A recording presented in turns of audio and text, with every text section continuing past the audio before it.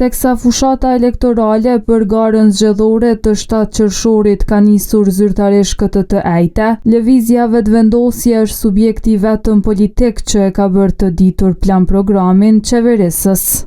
LVV këtë plan e ka publikuar të plot edhe në web faqe në formën PDF. Kurse kryetari i Partisë Demokratike të Kosovës Bedri Hamza e ka prezantuar në pika të shkurtra programin e saj tek të ejtën në një konferencë për media.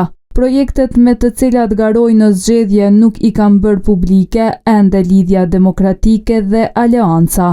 Sipas analistit Basri Muja, do të ishte më demokratike që partitë t'i publikonin ofertat e tyre zgjedhore para fillimit të fushatës. Do të ishte më demokratike edhe do të ishte më e dobishme që partitë politike të publikojnë, të prezentojnë programet e tyre, ofertën e tyre zgjedhore, në mënyrë që elektorati të njoftohet për përmbajtjen e tyre. Kjo do të ishte e dobishme edhe për shkak se ekspertë ndryshëm do të kishin kohë, ekspertë ndryshëm çështjeve të politikave sociale të tjera, do të kishin kohë që të trajtonin dhe të krahasonin ofertat e partive të ndryshme. Kurse sipas veton Muja nga demokracia në veprim, mungesa e programeve bën që qytetarët të koncentrohen tek liderët e jo tek projektet.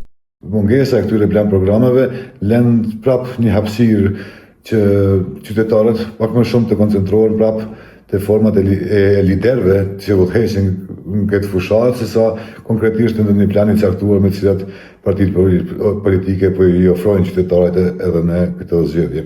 Pra, do të ishte e domosdoshme dhe e mirë për vetë partitë politike që të kemi një plan programe pak më të saktuar, edhe më të detajzuar, formalizuar, në mënyrë që të kemi një debat hapur për këtë çështje, mirë po duket që jo vetëm kësaj radhe, por në përgjithësi kjo formë të partitë politike në Kosovë po mungon.